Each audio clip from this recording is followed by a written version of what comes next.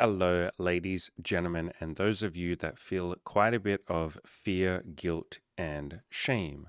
I did a video recently talking about how religion often has a lot of guilt, a lot of shame, a lot of fear, and can be very judgmental when it comes to a lot of different issues. And if you haven't checked out that video, I would definitely recommend listening to that. Even if you're not religious, I sort of talk through the history of a lot of religions. I talk about the purpose of guilt and shame and fear and what it is there for. And I did the video in a very non judgmental way. I have nothing against religions. I understand the purpose that they serve. I understand the history of a few of them.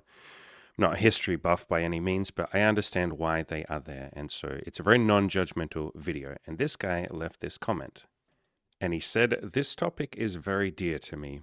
I grew up extremely religious, Muslim. I've worked with quite a few Muslim people and quite a few Christians, but the Muslims that I work with, yes, tend to have a lot of self-judgment and judgment from other people. And I waited for marriage. I couldn't get married at 29, I'm almost 30, and then I broke down and almost committed suicide from my loneliness and sexual repression. I had sex with an escort and I've been seeing a girl since then. I am still Muslim. Unfortunately, nothing can describe the anguish and the terror that I feel knowing that I am committing a grave sin and that God could hate me for what I do. But I had no choice. I was so lonely. There is no reconciliation. That's a hell of a story. I just hope that God forgives me and guides me one day. My friend, I can hear that guilt and I can hear that shame, and it's very powerful, isn't it? Judgment is a hell of a drug. Guilt is a hell of a drug. Shame is a hell of a drug. And I am not going to take your religion away from you. And I'm not talking about being a Muslim. No, I'm talking about your religion of I'm a bad person. There is no reconciliation. I have committed a grave sin. That is your religion. That's what you are obsessed with right now. And I won't take that away from you. You can cling on to that. You can cling on to that shame and that guilt and that self-hatred. And we cling on to these stories of guilt and shame and I'm bad and all of this because they serve a purpose. Guilt and shame has a very, very, very big payoff in the brain. I talked about this in a video. This video right here, if you just search on my channel for the word guilt, it's called Is Guilt Ruining Your Life? And guilt is a hell of a drug. And I go through shame, fear, anger, guilt, those big emotions that sort of drag us down. And I talk about the purpose that they serve, why we feel them. It's not because you're stupid. It's not because you're a bad person. We often look at the emotion of guilt and we use it as evidence. We say, I feel guilty, therefore I must be a bad person. And the only thing I'm going to use for that is my own guilt.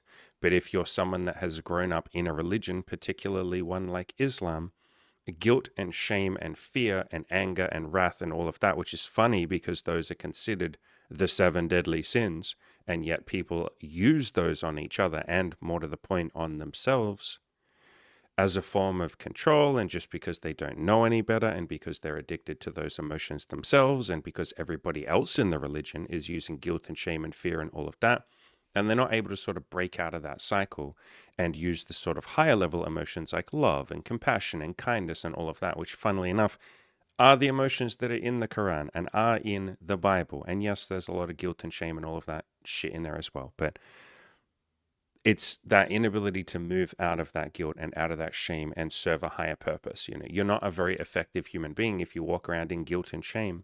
You don't have to feel guilty and ashamed about that. Often when I talk about guilt and shame, people just pile even more guilt and shame on themselves and go, oh yeah, you're right. Me walking around carrying around a lot of guilt doesn't make me very effective in my self-improvement. It doesn't make me a very positive influence on other people around me. Fuck, I feel guilty about that now. And it's like, no, stop. See how addictive guilt and shame can be, and fear and anger and all of that. You're doing your best. You're a human being trying to do their best. You were put on this earth without much of a choice in the matter. You didn't ask to be born. You weren't handed an instruction manual, and people sort of scramble around for some sort of instruction manual. They look to the Quran, they look to the Bible, they look to all of these different books, and they go, fuck, maybe this is an instruction manual on how to live my life. But you have no proof that that instruction manual is the right one for you. And so we're all very confused and lost and all of that. And so you can see that you're just a human being with a lot of limitations that come with being a human being, like being born with the ego, being born with a brain that's very limited, having no real way to know whether or not something that you're following is going to lead you to happiness, or whether you've just joined some sort of cult that's based on guilt and shame and all of that. And I'm not speaking about Islam, I'm not speaking about Christianity or anything here. I'm just speaking in general. We have no real way to know if the pathway that we're going down is going to lead us to happiness or not. And so we're all a little confused. We're all doing our best. And that's part of the way out of the cycle of guilt and shame, is to realize that you're a human being with lots of limitations that come with being a human being, and you're just trying to do your best. And my beautiful Muslim friend here, the guy that left this comment, you are a human being who's just trying to do his best. I can see how fucking hard you are trying, my friend. I can see how desperate you are from, I guess you would say, a pat on the head from God or a pat on the head from your religion. But I can see how desperate you are to be a good person, whatever the word good person means. And that is such an arbitrary idea. The idea of what a good person is will change. The definition changes from culture to culture, from religion to religion, from people to people. It changes over the ages. Back in the day in, let's say, America, if you had slaves, that's great, you're a good person. Nowadays, how do you think people would react if you had a slave? People would be like, you're not a good person. Back in the day in the Roman empires, people were like killing each other in the streets, like death in the streets and stuff like that. And the Roman Colosseums and all of that, like public hangings and public executions. You would be a good person if you went there and watched that shit. Now, my God, could you imagine if we had public executions and you were there cheering that on? I think a lot of people would say you're not a good person. Back in the day, you used to, thousands, hundreds of years ago, in wartime, you would just go around raping people. You just rape and pillage and take over and kidnap and kill and murder and all of that. You leave like a blood path behind you. Now, if you do that, people say you've broken the Geneva Convention. You're not a good person. We don't do war crimes anymore. And so the definition of what a good person is completely fucking arbitrary. It's a line in the sand that we draw. And so then you might say, well, how the fuck am I supposed to know what I'm like, how to live my life? And it's like, yeah, motherfucker, that's for you to figure out. That's all of us are ever doing. And so we look inside our heart, we look inside our brain. A really nice place to start with is the golden rule. I will treat other people the way that I would like to be treated myself. That's a pretty decent starting place. That's quite a rational way to go through the world. You can go even higher than that and move up into love and compassion and kindness and all of that. But even just starting with, all right, I will treat others the way that I want to be treated, is a pretty decent starting place. But Mr. Beautiful Muslim here, I can see, like I said, how fucking hard you are trying. I can see how hard you're trying to be a good person, whatever that means to you.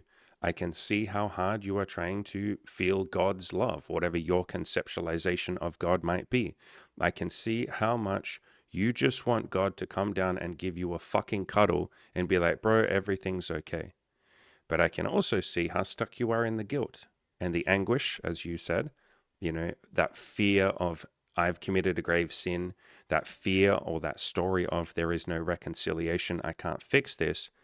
My friend, my beautiful friend, I have a Play to Win video course, and one of the chapters in that course is this one right here. Every problem has a solution. And so we're going to talk about that in a second. I'm going to give you some actual solutions here, and you're going to be like, holy shit, I thought that I couldn't have any reconciliation. I thought that God fucking hated me, that my religion would hate me, that I'm going to die unhappy and miserable and maybe even commit suicide. No, my friend, every problem has a solution. There is also this chapter, which we are going to talk about quite a bit, playing to win instead of playing not to lose. Right now, you're focusing on losing and you're going, I already lost. I've lost. Oh my God, I can't fix this. Something's wrong. I've fucked up. No, we're going to focus on winning and focus on getting you what you want and living the life that you want to live. There is also this chapter, growth mindset versus fixed mindset. You right now have a fixed mindset. What I mean by that is you think you're stuck. You think there's nothing that can be done. It's hopeless. I fucked up. God hates me. Oh my God, I'm fixed. I'm stuck. I can't change anything. No, my friend, we're going to focus on that beautiful growth mindset. We're going to focus on solutions. We're going to focus on taking action. We are not victims. We're not victims of God. We're not victims of our own circumstance. We're not victims of our religion. No, we are capable human beings who have been given free will, or at least it seems like that. It's pretty convincing. If this is fake free will, this is pretty convincing. I feel like we have been given free will and we are going to make the most of that. We are not going to be victims. We are going to be people of action. And so, with all of this, I am not going to necessarily take your story away from you. Your story of, I fucked up, it's unfixable, I'm unlovable, God hates me, I'm a bad Muslim, I'm a bad person.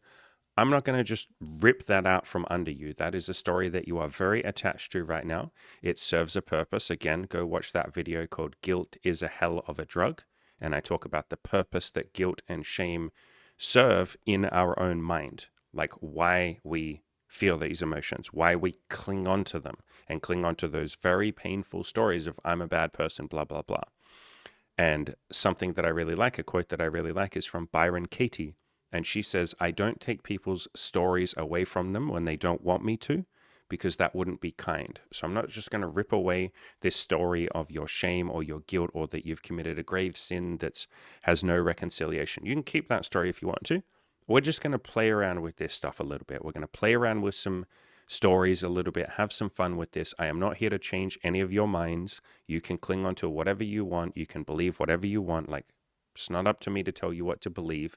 You're in a fucking religion that's spent enough time telling you what to believe, and look at the shame and guilt that comes from that. So I'm not going to tell you what to believe. All of you can believe whatever you want, but we're just going to have a bit of fun with some concepts here and see how it makes us feel, and see if we feel a little bit more hopefulness, a little bit more like, oh shit, this isn't an unsolvable situation. This isn't, I'm not unforgivable. I'm not unlovable.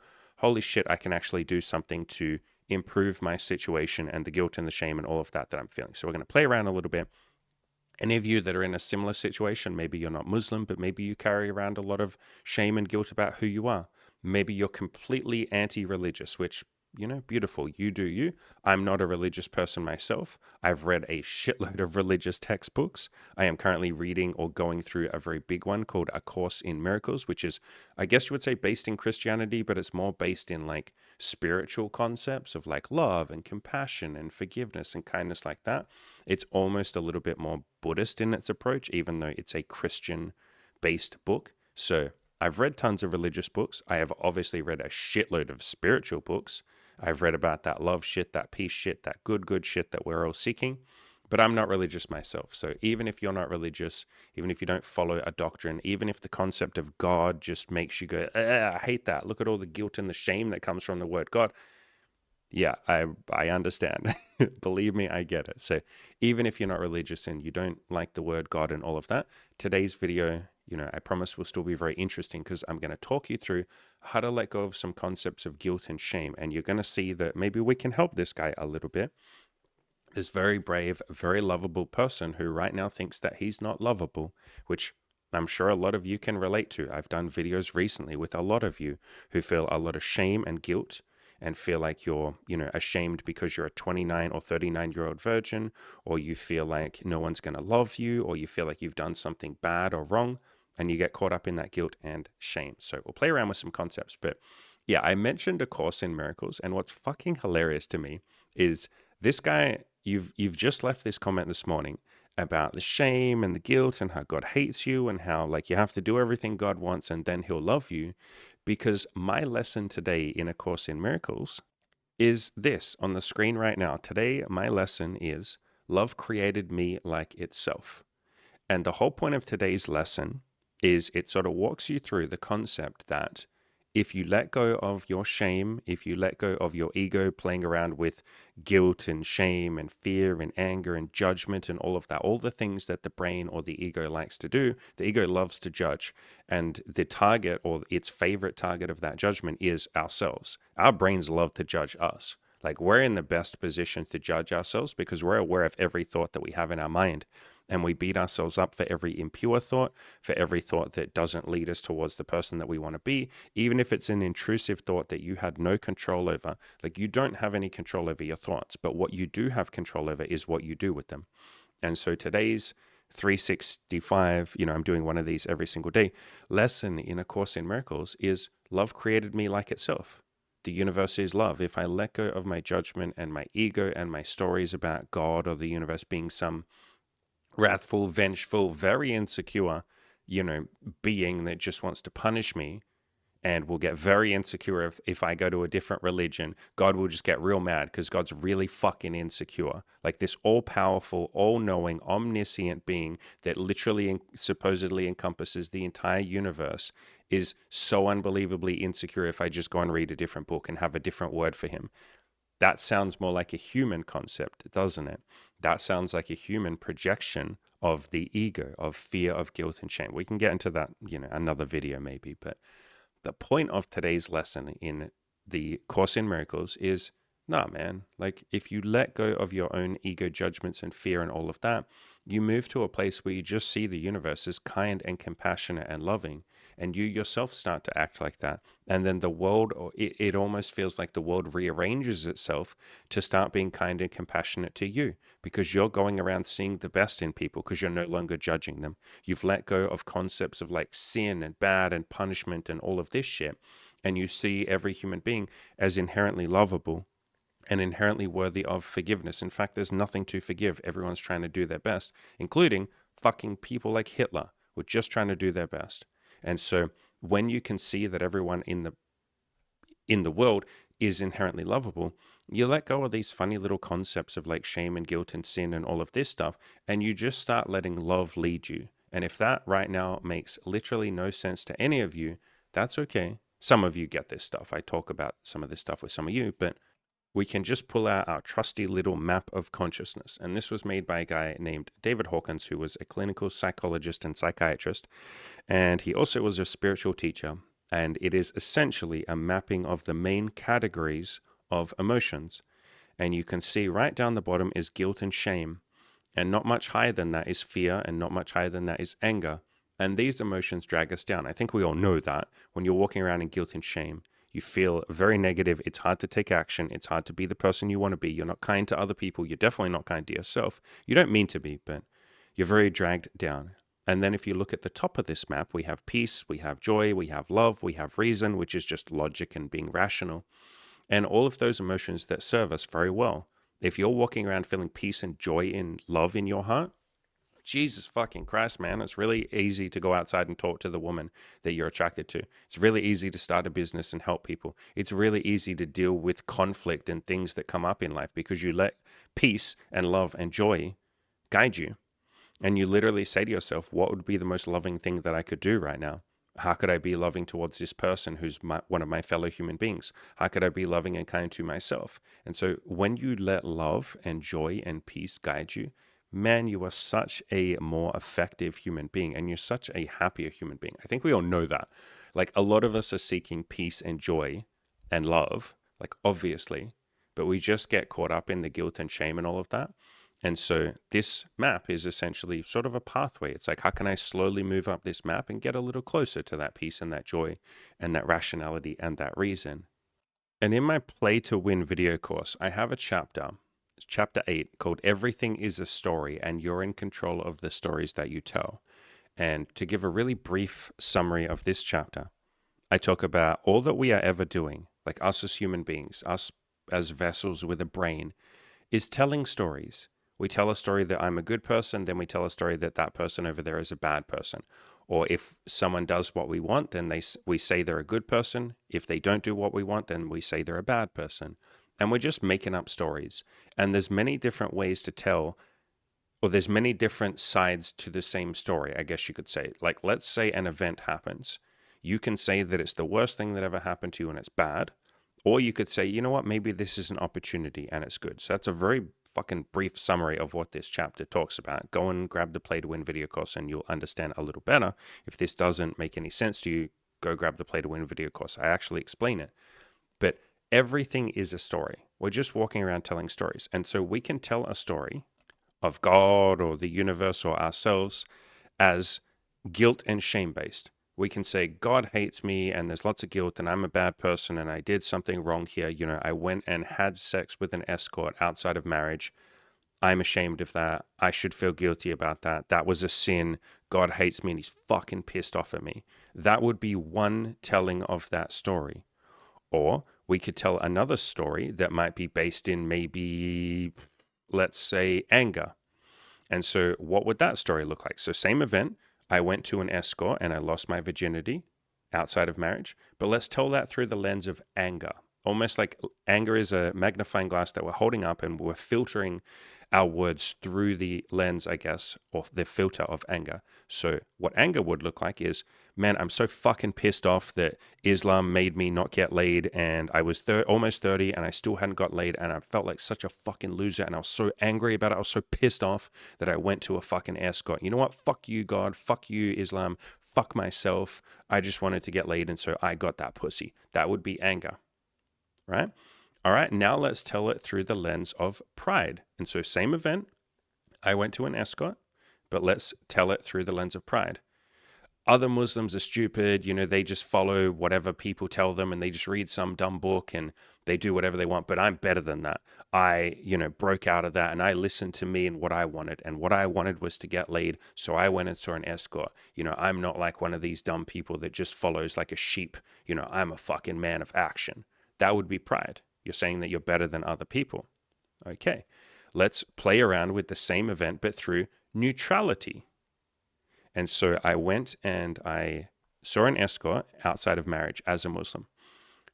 I mean, what I just said is the story of neutrality. That's funny. That is literally what neutrality is. It's like you say nothing but the facts and you don't judge. Like, understand, your comment here, again, I'm showing it on the screen, is full of judgment. Like, you're not just telling the story as it happened. You're adding on your own judgment on top of it. You're filtering it through your own lens of fear, guilt, and shame. But if we just told a neutral statement, it would be, I was 29 years old. I had almost committed suicide. I was feeling a little bit lonely and repressed. I went to see an escort. I had sex. I've been seeing a girl since then. I am still Muslim. That's it. That's the fucking story. I am a Muslim who went to see an escort at 29. I was feeling some suicidal thoughts and loneliness. That's it. That's the whole fucking statement. So that would be neutrality. If we were to say it as acceptance, maybe let's skip that. Let's do reason, because that's a lot more fun. Reason is like logic, and you might say stoicism and stuff like that. So reason wants to understand. Reason wants to get in there and try and find the reasons why this happened. So rather than just saying, I did it because I'm bad, it's like that doesn't really tell the whole story. That doesn't say why you did this. The reasons would be you grew up in a very sexually repressed culture. You felt like to some extent you were living a life that might not have been true to you. You were feeling very lonely. You were feeling very suicidal. You felt like you probably couldn't talk to many people. Otherwise, you would have talked to someone and worked through those feelings. You felt like maybe no one was there for you. Whether or not that's true or not, there might have been people there for you, but you felt like there weren't people there for you. And so you went and thought that an escort might help you work through those feelings of loneliness and those feelings of not being good enough and those feelings of like sexual energy and all of that. You went to an escort. Then, because of your upbringing and because of the religion, because of the shame, because of the guilt, you felt a lot of shame and guilt from that. You felt pulled in two different directions. On one hand, you had yourself and what you wanted, which was, I just want to have sex, man. I want some intimacy. I want some love. Those things feel beautiful. I would like them now. That was you pulled on in one direction with the girl that you're dating and the escort that you saw before that. And then in the other direction is the religion. And you shouldn't do that. That's bad. So you're a man pulled in two different directions. That's why you feel a lot of the shame and the guilt. You have a conceptualization of God as a punisher, as a, full of wrath and vengefulness and insecurity and anger and all of that.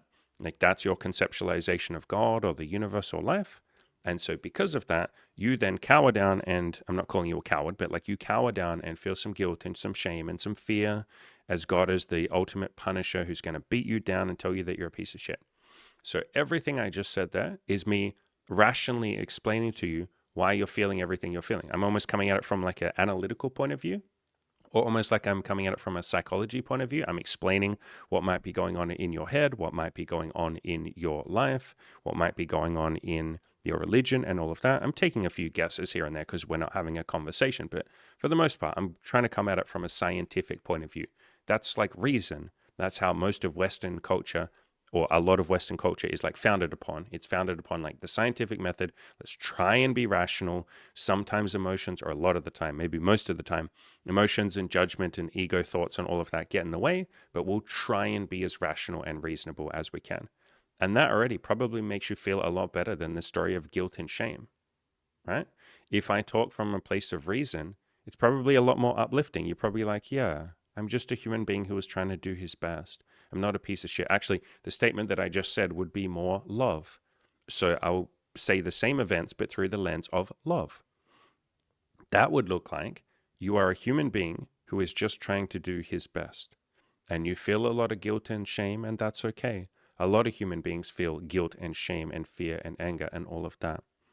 But you were very lonely, you were suicidal, and the only tool or the main tool that you saw in front of you that you thought would help you would be seeing an escort and then dating somebody after that.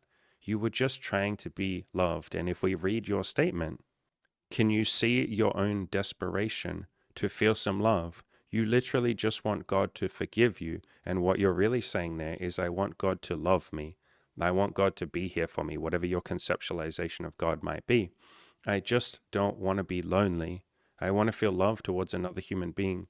I want that human being to maybe feel love towards me. Now, the answer here would be to give yourself love. You're probably not going to get it from someone else as much as you could give it to yourself. Or a better way of phrasing that is, you can have both. You can have other human beings love you, but I would start by loving yourself. But can you see the inherent lovability here? You probably still, to some degree, love Islam or love being a Muslim. You're still a Muslim, despite all the pain and the suffering and everything that you felt and the anguish and all of that.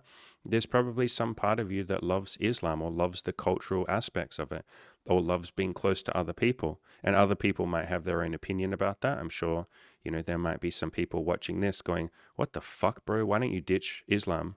What the fuck, bro? Like, jump ship. But some part of you, to some extent, probably still loves Islam. You probably still love your conceptualization of God, otherwise you wouldn't be so desperate for God to love you back. You probably deep down in some small little part of you love yourself. You could say it was an act of love, you going out and not waiting for marriage. You were suicidal, my friend. And your answer to that, because you didn't want to die, because you loved being alive so much, was, I just want someone. I just want to be close to someone.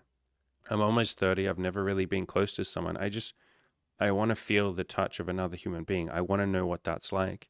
And it's funny that we're talking about religion a lot. I'll bring up Mother Teresa. One of my favorite quotes of hers is, the real poverty is not one of food and money and all of that, but one of love and dignity. That is the real suffering that people suffer from. It's that they feel unloved, they feel unworthy.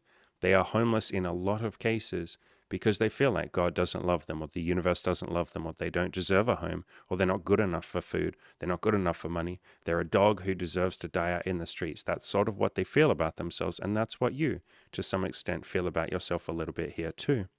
But you can see the inherent lovability of it all. You were just a human being. When you remove all the judgment and the shame and the guilt, or let go of it a little bit, you can see the inherent lovability in your actions. You were just trying to find someone, man. You just wanted to be close to another human being.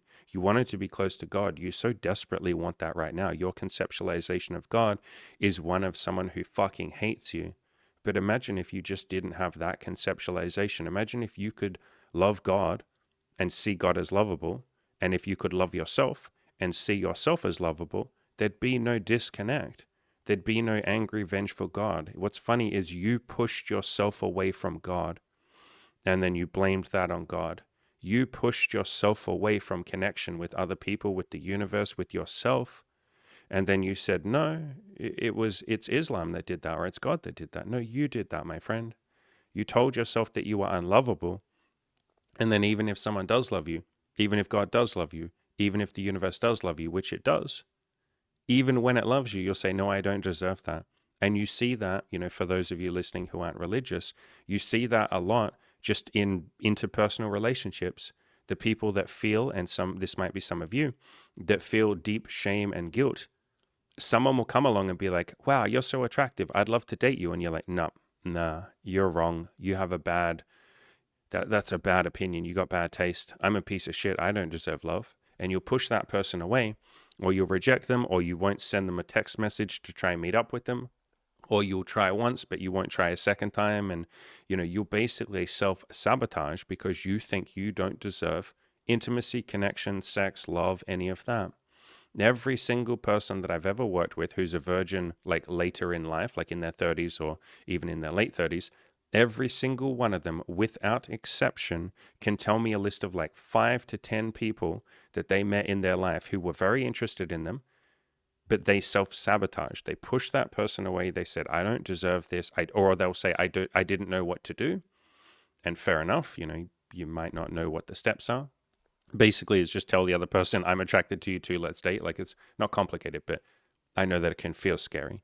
But the point is, every single person who's a virgin in their 30s or so, if they're honest, they will tell me a whole list of all the people that they could have dated, all the people that they could have been intimate with. And so we push people away and then we blame it on the other person. We blame it on women. We blame it on men. There are so many men and women walking around out there in society right now saying, men suck and they'll never give me a chance, or women are all bitches and they just won't give me a chance, or they'll turn that anger and judgment towards themselves and say, I'm unlovable. And so, yeah, what woman would give me a chance? There are so many women out there and so many men out there. There are so many people out there that would fall in love with all of you guys and girls if you would give them fucking a little bit of a chance to get to know you. If you would open up your heart enough and risk rejection enough for them to actually meet you for who you are and not the walls that you put up around you and the shield that you cover yourself with. If you would actually let them know the real you, they would fucking fall in love with you. In other words, if you could let yourself love yourself, they would come in and go, well, I love you too. You're really interesting. You're a cool person. You're a very kind, compassionate human being. You're incredibly courageous. And you, my friend, my beautiful Muslim friend who left this comment, are incredibly fucking lovable. I can see the inherent lovability in you, and maybe more importantly, I can see the potentiality in you. I can see what you are capable of, and you are capable, my friend, of climbing this beautiful map of consciousness. You are capable of clawing your way out of guilt and shame, which is where you are right now. Maybe a bit of fear mixed in there as well. Holy crap, that's a beautiful concoction. That's a hell of a drug, my friend. Again, you can go watch that video. Guilt is a hell of a drug. But you are absolutely capable of clawing your way out of this fear and guilt and shame and moving up to just even being a little bit more neutral and moving up to courage and having the courage to say, you know what, I'm not a victim. Everything is just a story and I'm in control of the stories that I tell. Like I said in my Play to Win video course, I'm not going to tell a story of guilt and shame and that I'm unlovable and unfixable. No. If I really feel this guilt and shame and this fear of God hating me and it being unfixable, I'm going to use that as impetus, as motivation, as courage to improve myself. And I'll talk about how to do that in a second. I will give you actionable advice, but I truly believe, I can see it in you, that you are very fucking capable of being a courageous warrior. Okay, everything I just said there for the last 10 minutes, that big speech, that was love. That is what love looks like. That is viewing the same set of circumstances. A man goes and sees an escort because he's a Muslim and he does it before marriage. That event, I just told through the lens of love. I talked about your inherent lovability. I talked about how God loves you. I talked about how you are a man that was just trying to do his best and seeking out some love. And you thought that seeing an escort and then getting a girlfriend or a girl that you're dating would give you some of that love. And maybe it would, maybe it wouldn't. You're a man that's desperate to love himself and is trying really hard. What is the proof of that? You're literally talking about sin and shame and I did all this stuff wrong. That tells you that what you want is the opposite. Otherwise, you wouldn't feel bad. You would just be doing shit. And so what you want is to feel love and happiness and self-love. You want to be a, quote, good person, whatever that might mean towards you. And right now you're very confused about what that means. But you are full of love. And so everything I just said is viewing the same event through love. And you see how the story that I just told of inherent lovability, and I gave you some logic in there as well to explain why you're doing what you're doing, isn't that much more empowering? If you tell a story of love, if you tell a story where you're talking about the potentiality of someone, and I can see your inherent worth, I can see your inherent lovability, I can see your potential to be a courageous warrior who overcomes this guilt and shame and starts living a life that's true to himself. And that can involve Islam, by the way. I'm not saying ditch Islam. You can if you want to. Plenty of my coaching clients have, but stick with Islam if you want to. But I'm telling that story, or I'm showing you the story, the potentiality that you have inside yourself. We all have infinite potentiality. It's just that most of us get stuck on the low-level emotions on this map. But if we can have that courage to leap forward and start taking those little baby steps, I talk about baby steps all the time, then we can start working towards who we want to be. And so you can kind of play around with this a little bit and say, you could do the work, which comes from Byron Katie. So you can just read her book, Loving What Is. But you could do the work and you could say, all right, God hates me. That's your statement. God hates me. Can I absolutely know that that's true? How much of that is just my shame and guilt and my own self-hatred? Maybe if I loved myself and I forgave myself and I started working on being a kind person or a good Muslim or whatever that means for you, maybe if I started working on that shit, I wouldn't hate myself so much. I'd be like, yeah, whatever. I had sex outside marriage, but look at all this other beautiful stuff I'm doing in my life. I help people out. I feed the homeless. I'm kind and compassionate to people. I try my best to make the world a better place. I'm loving and compassionate to myself.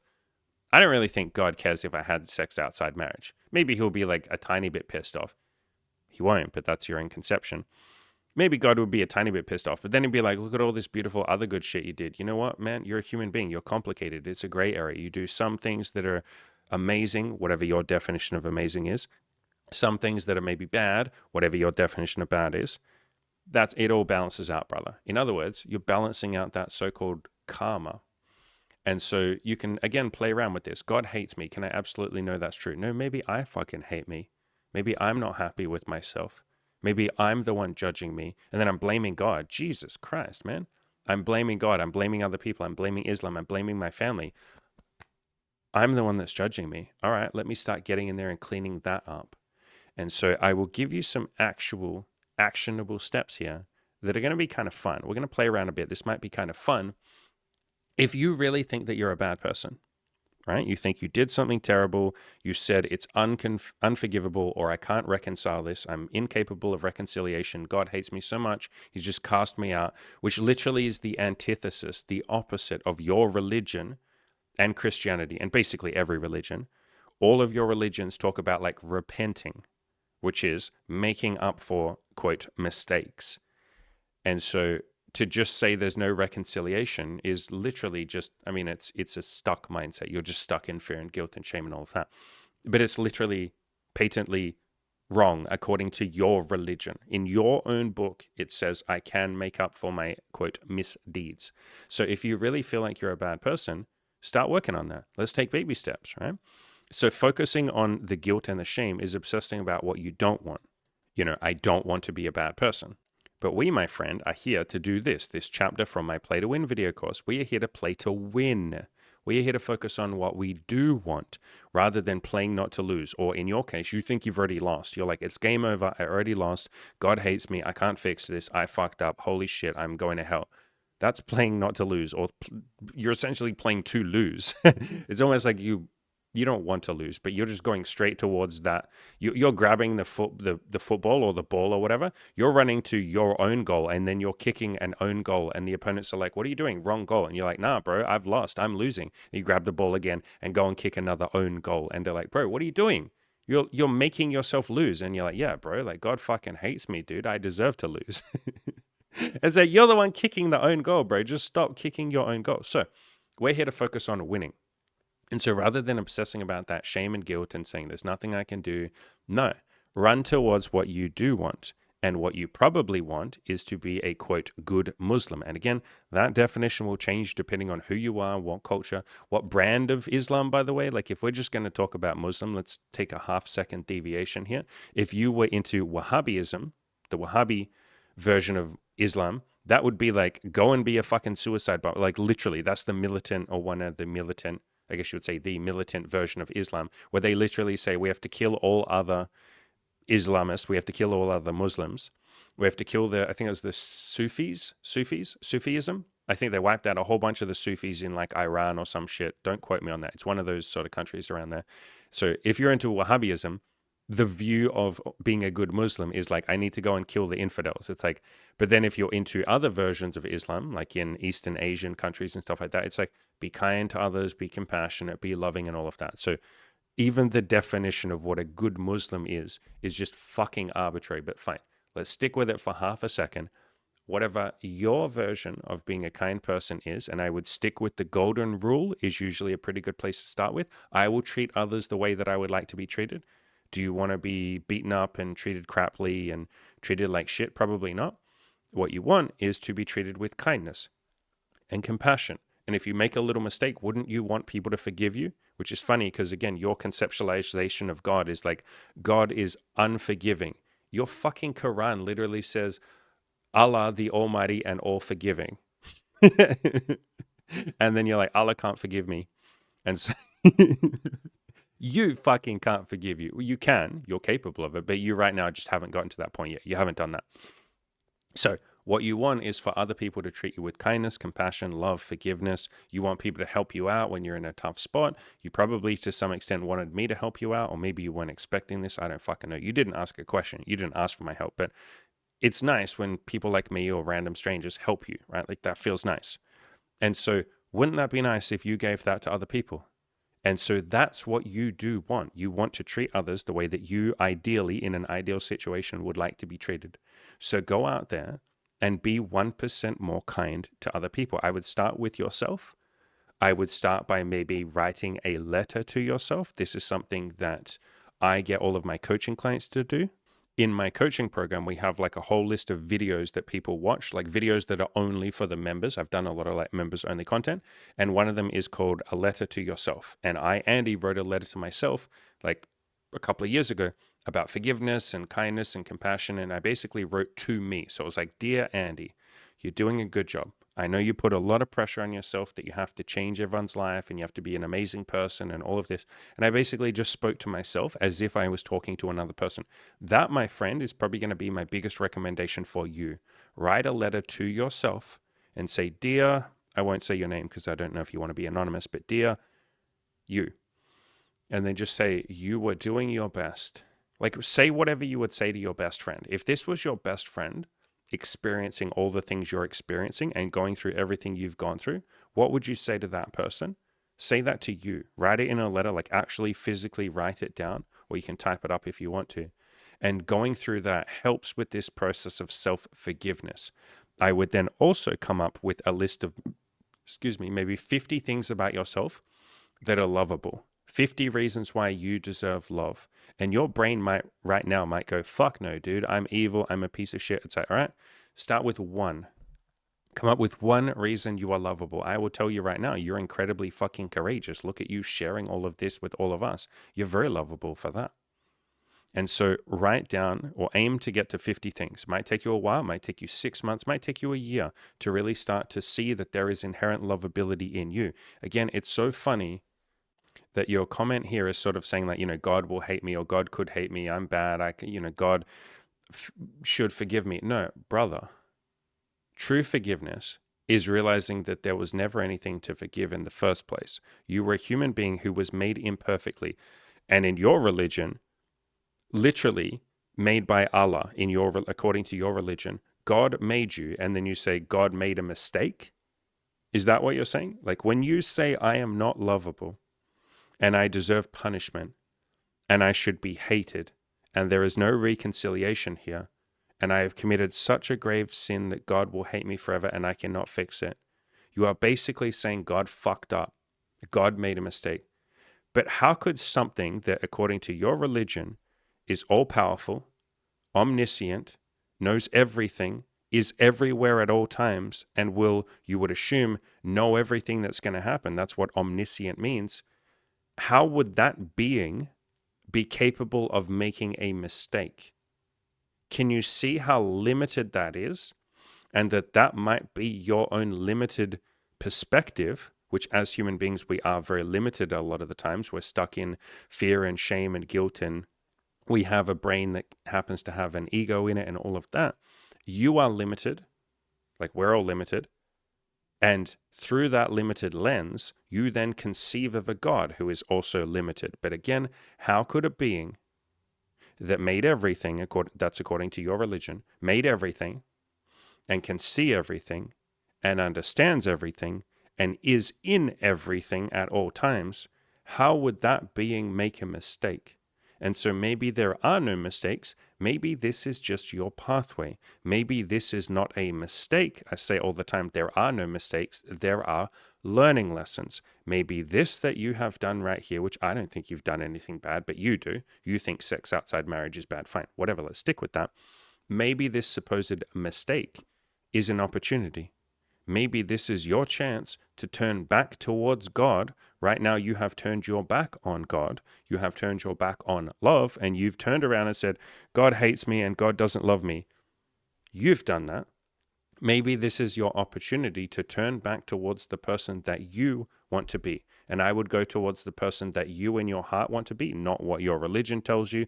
I understand that that might be very fucking tricky for you, but I would listen to your own inner voice and your own inner heart. There is a really good quote that I like from Mother Teresa that says, in the silence of the heart, God speaks. You can sort of see that as the answer is in you. It's not in some textbook. It's in your heart already. The answer was within you the whole time. It's like that fucking movie cliche. Turns out the answer was inside you the whole time. The power was within you the whole time. Yeah, it fucking was. I did a podcast about this like 2 years ago. I said the answer is within you the entire time. You just didn't think to look there. You were too busy looking for a book to tell you what to do, looking to other people to tell you what to do. Other people who are often very caught up in shame and guilt and judgment and all of that, maybe not very happy in themselves and don't necessarily have, in your words, the light of God in their own life. I wouldn't be listening to those people. I'd be listening to the people that talk about love and harmony and seem peaceful and seem happy. I would be learning from the people that are happy, not the people that are unhappy, but that's a separate notion. This is a quote or a photo, actually, this is from one of the girls, or the girl that we've been dating for a while now, Bronwyn. We've been seeing her for 2 years, and she went to this cool little like garden that was really beautiful. And they had these little stones in the ground that had some quotes on it. And it's very, very, very relevant to what we're talking about. So this is from the Dalai Lama, the 14th Dalai Lama. This is my simple religion. There is no need for temples, no need for complicated philosophy. Our own brain, our own heart is our temple. The philosophy is kindness. So that's the golden rule, isn't it? You want other people to be kind to you. Why don't you fucking go first? Go around and be kind to other people. And a lot of them, most of them, will be kind back to you. And this one here, my beautiful Muslim friend, is probably very relevant to what we're talking about today. Know and know deeply, love speaks to you. Love sits with you. Love holds you at all times. It has never abandoned you. You could phrase that as your God has never abandoned you. You just said that your God did. In your life, it has never abandoned you. It's just that you have not seen it, heard it, and flowed with it. Isn't that very fucking relevant to what we're talking about today? You're the one that said God hates me. Did you ask? Did you look up in the sky and be like, hey, God, do you like me? Do you hate me? Probably not going to get an answer back, but if you look in your heart, you might. If you listen to this podcast today and everything that I've said to you, maybe you will see that it's just a fucking story. I could say that God hates me. That's one story I could tell. I could tell a story that God is fucking pissed off at me. That's a story I could tell. I could tell a story that it's not fixable, that I'm stuck and all of that. That's a story I could tell. Or I could say, you know what, maybe God does fucking love me and this is an opportunity that I've been given rather than something that I have inflicted on myself and it's unfixable and I fucked up. In other words, every problem is an opportunity in disguise. You know, again, this chapter here from my Play to Win video course. And this chapter here is very relevant as well. This is also from the Play to Win video course. And I talk about everything that happens to me is good. Instead of saying, this happened to me, it's cursed, I can't fix this, I'm unlovable, God hates me, I fucked up, oh my God, I can't fix this. It's like, can I see this event? Can I tell a different story and see it as good? Can I see the silver lining here? Can I look for, and sometimes you've got to be really, really creative with your looking. Can I look for some sort of opportunity here? Is there some way that I can win? Remember, we are playing to win. We're not playing not to lose. I also have this chapter here on overcoming your fear, your limiting beliefs, and your self-doubt. That's very relevant to your question today.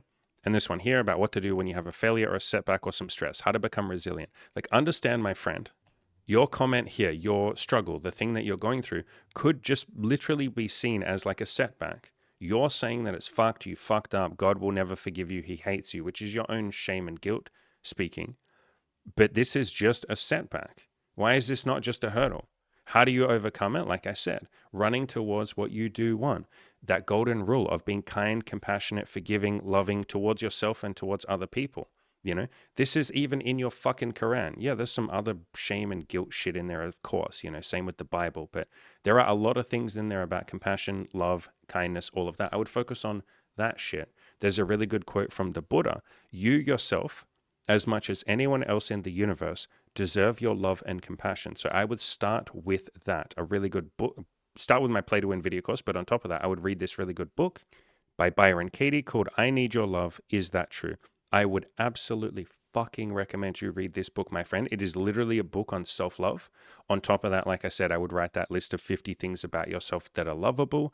I would also write that letter to yourself, saying, Dear you, and then just write whatever you would say to your best friend. Try and make it a loving, compassionate letter, but say that to yourself. But this book, for sure, man, this is about how to give yourself love. Right now, you're basically saying, God doesn't love me. It's like, all right, fine. Work on loving yourself then. If God doesn't love you right now, which is like literally patently untrue, again, an all-being, all-knowing being that is in literally everything, doesn't make mistakes. And so if there was your conceptualization of God sitting up there on a fucking cloud or something, he'd probably be looking down at you right now being like, oh, look at him like hating himself. You'll be okay. I promise you're allowed to be loved. Just work on yourself. Just improve a little bit. Just go out there and be nice to other people, and then they'll be nice back to you, and then you'll feel that love. And be nice to yourself, and then you'll feel that love. That's what self-love is. And so this book is a really good book on how to start doing that. But something else that you can do, which is really fucking fun, is what I call the karma game. And so you right now truly believe, or maybe this video's changed your mind a little bit, but you feel, let's say it like that, you feel that you're a bad person. You think that you're a bad person, and you feel like you have negative karma. Like you feel like the scales are tipped in the favor of like, oh shit, I've done a lot of bad shit. I haven't done that much good shit, and the scales aren't balanced. Or even like, the really good shit is like really high. You right now feel like, wait, which way did I do it? That way. You feel like the negative karma is super low, right? And so play the karma game.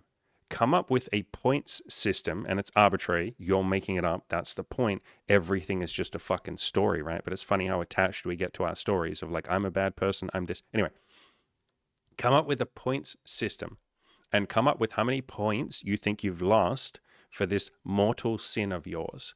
If you think I've lost 10,000 points, right? It's not infinite points, because that literally contradicts your own fucking religious textbook, which says that everyone is capable of like absolution of their sins, and everyone is capable of like repenting and being a good person and making up for misdeeds. Like if there really were mortal sins, I wouldn't be sitting here. I went to fucking prison. I hurt somebody. I wouldn't be here. I would have killed myself.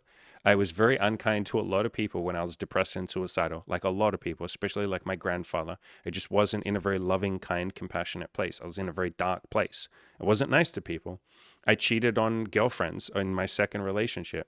In my first relationship, and then again in my second relationship.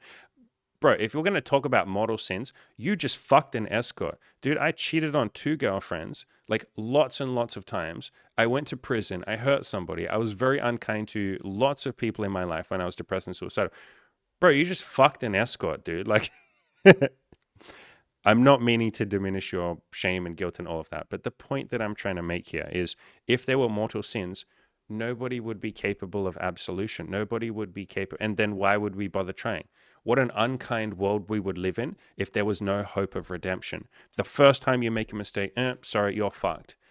Why would we be here? What would be the purpose? You can almost see, again, this is an opportunity for you. You can almost see this beautiful playground that we call life, or this worldly thing that we're all seeming to be in right now. You can almost see it as a fun little opportunity, or a beautiful opportunity to overcome the things that you're not super proud of, or to work through your supposed mistakes, to learn some lessons, to forgive yourself and forgive others, and then be better. You right now are saying, I'm not capable of being better because I fucked up so badly. It's like, that sounds like a very unkind universe. What would be the point of that? And I do not believe that this universe or this existence is meaningless, and that we're just here to make mistakes and then, oh, sorry, you have to go sit over there and be in the corner forever. Society doesn't feel like that either, or society doesn't believe that either. That's why we have a prison system. The entire purpose of it It's not always very good at this, but the entire purpose of the prison system is redemption, is rehabilitation. Otherwise, they would just fucking execute you, wouldn't they? It costs a lot of taxpayer dollars to be in prison. Very fucking expensive. They would just kill you when you first made a mistake. They'd be like, wrong, bad, death. And some cultures do that. But for the most part, Western cultures especially, but a lot of cultures have a idea of redemption. Basically, every culture does. They don't always follow through on that. Islam can be a little bit, sometimes unforgiving, and hey, lots of religions can too. But for the most part, most societies believe in some sort of redemption arc. We love watching underdog stories. We love watching the story of the guy or the girl who's like struggling and has made some mistakes and hurt people, but then like gets their life back together. One of my favorite fucking TV shows, I will be so happy if any of you know this. Whatever, I'll be happy if you don't. This beautiful sitcom, there was like 4 seasons of it. It was way back in the early 2000s, like 2005. I was quite young. I think I was like 15 or whatever the age would be, 17. And it was called My Name is Earl. And oh my God, I loved this show so much. The entire point of this show was that this guy here had hurt a lot of people and he felt like he had negative karma. And the entire point of the show was him saying, I want to make up for that. I've written a list of all the people that I've hurt. It's basically similar to the Alcoholics Anonymous 12 Steps program. You have to write a list of the people that you've hurt and then you try to make amends. Except in circumstances where trying to make amends would just hurt them further and they want to be left alone. And that's what this show is about. And that even happens sometimes. There's some people he tries to make amends with and they're like, no, you fucked up too bad, bro. You hurt me. And he's like, okay, I'm sorry. And he will just leave. But for the most part, he makes amends with all the people that he was unkind to. And he has this little written list of what he did to people and he goes through. It's such a beautiful fucking concept of a show. It's like unconditionally loving. It's like a show about unconditional love, about forgiveness, about compassion, about fixing things and making amends. And this guy didn't just sit around and say, God must hate me. I fucked up. I'm unlovable. No, he went in there and changed things. He took action. And that is the point of the karma game that we're going to play, the point system. I'll talk about that in a second. But I would honestly, bro, I'm not even joking. I would watch this show as research. I'm not even fucking around. Watch all 4 seasons. This is such a beautiful show. It's also funny. It's like silly and goofy, but it has such a beautiful heart, man. I would watch this. This will teach you something about making amends, about, love and kindness and unconditional forgiveness and all of that. And eventually, if you go around and do what he does in this show and are unconditionally compassionate and kind to people and make up for things and all of that, you probably see that, fuck, man, there was nothing to forgive in the first place. I was just a human being who was trying to do his best. So anyway, back to the points system or the karma game. Come up with how many points you think you've lost for this fucking an escort outside of marriage, and I guess having a girlfriend as well. Come up with how many points you think you've lost. If you've lost 10,000 points, beautiful. You've lost 10,000 points. You have a karmic debt of negative 10,000, and you just made that shit up, but fine. This is a fun game. We don't have to take it that seriously, even though I know that you take it very fucking seriously. That's okay. Negative 10,000 points or whatever you think. And then come up with how many points each good deed, whatever good means to you think it would be worth. So if you give a compliment to a stranger, like you walk outside, you see some dude with a nice shirt, you're like, hey bro, nice shirt. And he's like, oh, thanks, man. Maybe that's worth 5 points. You probably made him feel nice. You walk up to a woman and you say, I just want to say, you are really beautiful and you seem like a very sweet person. She's like, thank you. That's really nice of you. And you go, have a blessed day. She'll go like, wow, thank you. That's worth 5 points. So a compliment might be worth 5 points, and make up your own points, whatever you want. Maybe helping a friend move is worth 100 points or 50 points, whatever you believe that that's worth, whatever you want to assign to that. Writing a positive comment to someone on the internet. Like there's tons of people you're one of them. There's tons of people in my YouTube comment section that are hurting, that are feeling guilt and shame and all of that. Why don't you go through my YouTube comment section? I'm not even fucking joking, bro. Why don't you spend the next 2 hours, if you want to, you don't have to do this, but why don't you spend 2 hours going through and writing one positive reply to as many comments as you can? And each time you do, that's worth 10 points because you're trying to make someone's life better. And so just go through, and you don't even have to know what to say. Just be like, you're going to make it, bro. I believe in you. Or some woman is suffering. You're like, hey, I just want you to know that, you're beautiful and you're loved and God loves you. And I promise everything will be okay. And she's like, thank you. That's really nice. Like, it doesn't matter what they reply. It's only the intention that matters. Like, you're trying to be positive. You're trying to be kind. They won't necessarily read it. You still get points for trying, even if they didn't necessarily reply to you. So you could go through and do that for a couple hours. I mean, fuck, man. Imagine if you did that for 1 hour every day. That could be in my YouTube comment section. I would be very appreciative if you did that. Again, you're under no obligation to do that. Could be some random fucking internet forum. You could just go up to strangers, like go up to homeless people on the street and be nice to them. That's got to be worth like 50 points or something. But assign a certain amount of time in your day every day to being kind and compassionate and loving to other people and working on getting that positive karma. And at first, you will be doing that out of guilt and shame. I can sense a lot of guilt and shame in you, and I think you can too. And so you'll be doing it out of guilt. You'll be like, oh, I have to fix this debt. I'm such a bad person. Oh my God. And it will have that energy. That's okay. But slowly, as you do it more, it will start to be a habit of you doing kind, positive deeds for other people and trying to make their life a little better. Even if it's just, I will smile at a stranger and tell them to have a good day. That's worth like 3 points. You're just doing little baby steps at the start. Start very fucking easy. Don't overwhelm yourself. You don't have to go and feed the homeless or something if that scares you. Start with the smallest thing you can do. I'll smile at one stranger today. That's got to be worth 2 points. Boom. I did it. I've started. And what will happen is you'll slowly start to build up your confidence or your courage. The more you do it, you'll start to move away from a little bit of shame and guilt, and you'll go, okay, I still have lots of shame and guilt. I still think I'm a bad person that God will never forgive and God hates and Islam thinks I'm disgusting and all of that. But at least I'm doing something now. I'm starting on this pathway to self-healing and self-forgiveness. That's what this is. You think this is about karma. Nah, brother. This is about self-forgiveness and realizing that there was never anything to forgive in the first place. But I understand that you're not there yet. I get it. But you'll build up that courage. And then you'll start to get a little bit almost like cocky or a little bit courageous. You'll be like, well, I've complimented like 100 strangers. Fuck, man. Like 30 strangers now. And I've done a decent job. Could I do something a little bit bigger? Oh, I'm kind of scared by that thought. What could I do that's bigger? Oh, God, this is like getting a little bit intimidating. Could I go up to a homeless person and ask if I can sit with them for like 10 minutes and just hang out with them and be nice to them? Oh, shit, that's scary. Fuck, man. What if they stab me? What if their mental health isn't very good? Fuck, what do I do?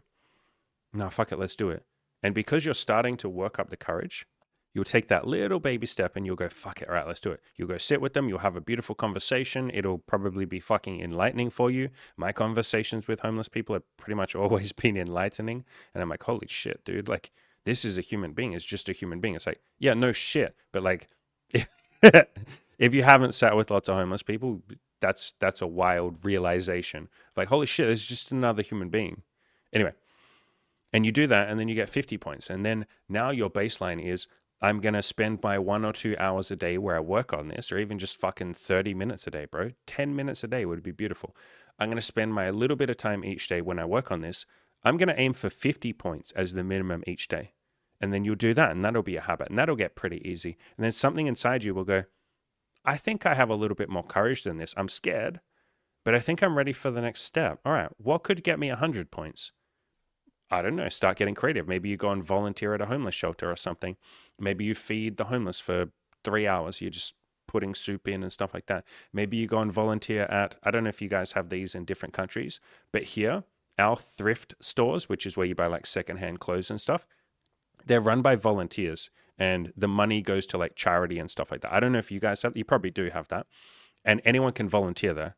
And you could do like a 4-hour shift or something. And so maybe you do that. You go, fuck it, I'm going to go volunteer there. And then I'm helping charities. I'm helping people who don't have a lot of money and have to buy from a thrift store. I'm helping young university students who might not have much money. That's nice. I'm going to be nice to people while I'm there too. Every person that I'm nice to, I get an extra couple of points too. You know, if I smile at someone, I get 2 points. Every customer that I smile at, I get 2 points. There might be 100 people that come through the shop in your 4 hours. Holy shit, I just made 300 points. Plus, I get like, I don't know, 200 points from working there for 4 hours for free. I worked for free. I gave up my time for the good of society or for the good of other people to give something of myself to someone else. That's got to be worth a couple of 100 points. Holy shit, I walked away with a combined total of like 500 points today. Holy fuck, 500 points in a day. If I just said my negative karmic debt was 10,000, holy shit, if I do that 2 days, that's 1,000. I've just done 1/10 of my negative debt. And then you slowly start building up and getting more courage. And this becomes almost addictive. Like being nice to other people is addictive. It's why I sit here and do this content. I'm coaching you for free right now because it's fucking fun, brother. It feels really nice. But could I have done this at the start when I thought I was a piece of shit and I had all the guilt and the shame of sinning? I felt like a fucking sinner, bro. I wasn't religious, but that's how I felt. I felt that shame and that guilt. I'd gone to prison. I'd hurt somebody. I wasn't super nice with my family and all of that before that. I had been very selfish for a lot. I had cheated on 2 girlfriends a lot of times. There was a lot of shaming. I'd said many unkind things to my partners. I had been incredibly manipulative and I was doing my best. I didn't know any better. I didn't know how to stop, I guess you would say. Now I do know how to stop, so I did stop, but I had to learn that. It was a process I had to go through and figure that shit out. I had a lot of shame, brother.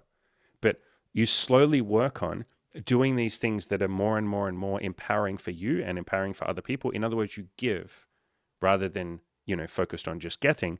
And as you start to work up this courage and this confidence of playing the karmic game, the positive karma game, you get to a point where you do some things where you try and genuinely change someone's life. Like, that's my coaching program. That's the whole point of my fucking coaching program is like, I want to change people's lives. I'm trying to change your life and maybe this will help you a little bit. Maybe it won't. I don't know.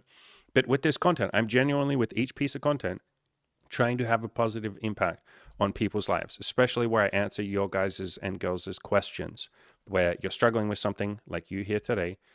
I'm trying to help you. And so maybe each time you do that is worth, I don't know, fucking 500 points or something. Like come up with your own points. And eventually what will happen when you play around with this karma game is maybe it'll take a year, maybe it'll take 2, maybe you speed run it and do it in like fucking 6 months. Who knows? Like maybe you go batshit crazy with this idea. Maybe you do watch that TV show that I told you about.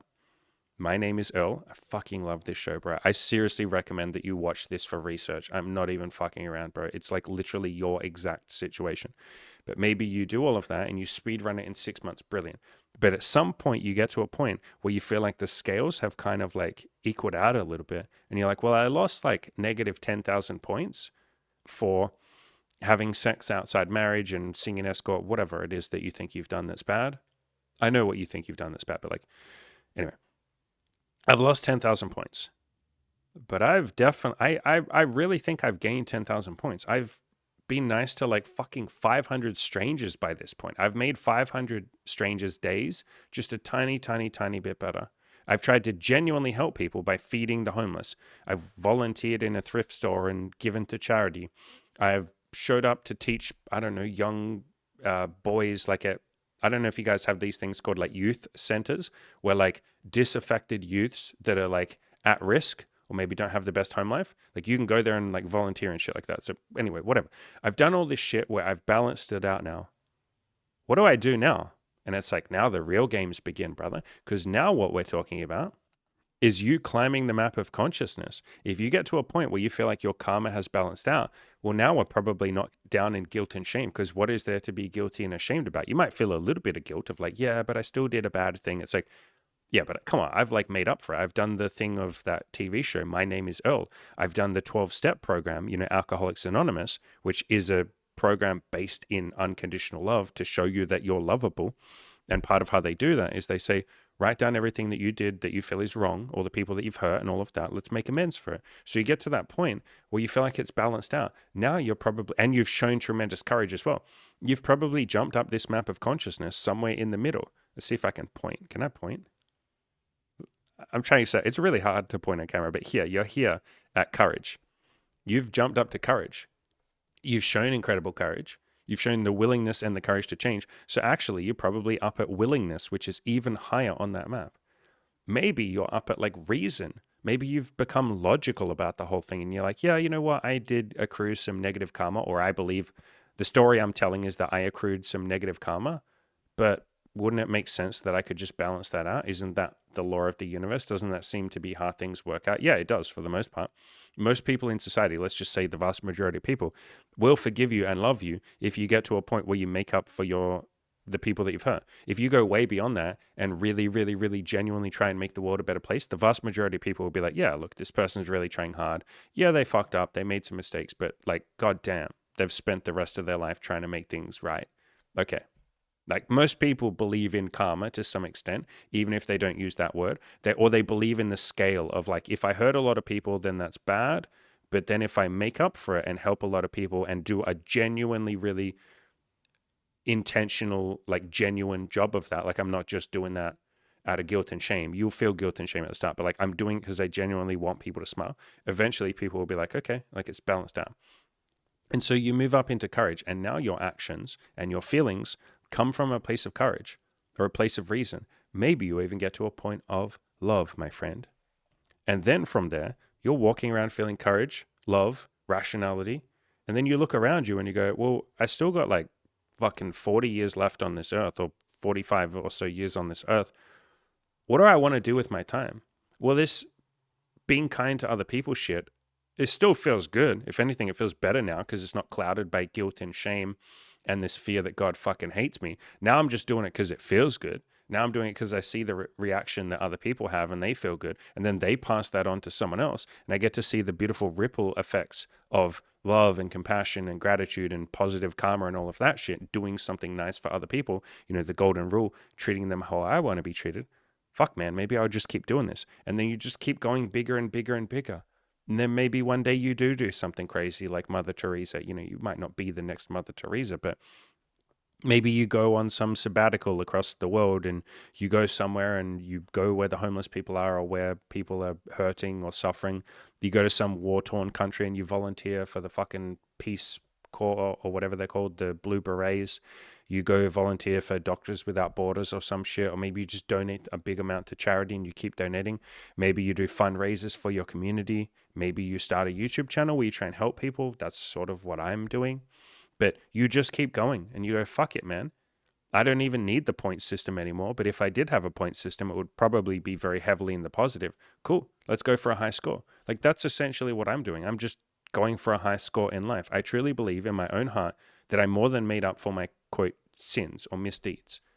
You know, I was a man trying to do his best and all of that, you know, forgiveness shit, all of that stuff. But I am now almost like, and I'm not thinking of the point system. I never really think like that, but it's like, why not? What the fuck else am I going to do with the next like 40? I don't know. If I live to the average age of death, I'll live another 45 years. Can't guarantee that, but that's the average life expectancy. What am I going to do with the next 45 years? I'm not even halfway through my life. Cool. Let's rack up a high score.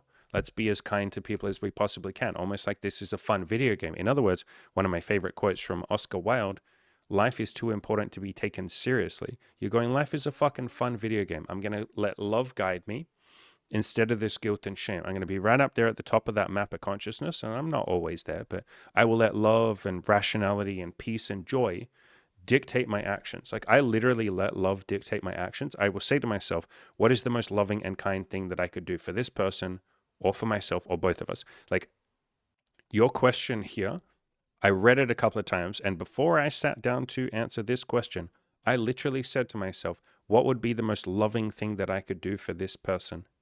What would be the most kind, compassionate thing that I could say to him? How could I help him the most? Can I even help him? That was my first, thought. But how can I be as loving and kind and compassionate as I can? I sort of let that dictate all of my actions. I think about that before I get on a coaching call with someone. I'll spend 5 or 10 minutes thinking about the person, and I go, what would be the most loving thing I could do for them? How could I help them the most? How could I just show them the most amount of love and compassion? Love is very transformative. I've talked about that a lot. I did a video recently about that. This video right here, love is more powerful than mere logic and reason. And I literally talk about how love is transformative. So yeah, that's sort of what I start with. It's like, what would be the most loving thing that I could do for you guys and girls? And that is the thing that gives you the most success. Like the more loving I can be, the more you change your life. The more I can show you forgiveness and kindness and compassion and all of that shit and show you your potentiality and what you're capable of and believe in you, because that's what love is. Love is believing in someone. It's like, I know right now you think that you're a piece of shit who's defied God and God hates you and you're not lovable and you should be guilty and ashamed. But I can see the potentiality in you. I can see the courage in you, even if you can't see it yourself. I can see the love in you, even if you can't see it yourself. I can see that you are capable of change, that you can just do my name is Earl shit and go out there and have that positive karma game. I can see all of that in you. That comes from a place of love. So yeah, no need for that guilt and shame. But if you're stuck in them, if any of you listening are currently stuck in them, that's okay. I used to be too. Like Imagine how much guilt and shame you might feel from going to prison, from hurting someone, from cheating on your first relationship, and then doing it again in a second relationship, almost like you didn't learn your lesson. Like, imagine how much guilt and shame you would have with that. You know, most of the human population is stuck in guilt and shame and fear and judgment and anger. Turn on the TV for half a second and you can see that. Go on fucking social media for half a second and you can see that. So if you are someone who is stuck sort of down the bottom of that map of consciousness that I showed, you're down in guilt, you're down in shame, fear, judgment, self-hatred, fear of God, fear of the universe, fear of other people, fear of women, fear of men. At least you're not alone. There is some sort of weird comfort in that, I guess. Like, you're not alone. So yeah, I got nothing but love for all of you. You're all doing an amazing fucking job. I guess a little bit of housekeeping to finish this video. There are a few things that I was going to talk about. I'm 4 months sober. That's nice. I'm 4 months into my 365-day project with this content. So I'm doing at least one piece of content a day. I've actually been doing more than that, but at least one. I'm 3 months into my 365-day project with A Course in Miracles. You know, that thing I showed on the screen before. This is today's lesson. Love created me like itself. Isn't that fucking relevant to what we're talking about today? You know, God is love. If you believe in God, God is fucking love. If you don't believe in love, then the universe fucking loves you. If you don't believe in the universe, which that would be a very weird position to be in. You're just like, no, this is all a simulation, bro. Okay, the simulation loves you. There you go. If you don't believe in any of that, then I fucking love you. There you go. That's one person that loves you. So yeah, that's going good. So I'm kind of doing 2 365 projects at the same time, which is really fun. I'm having fun with it. In December last year, I did a video a day for like 2 weeks.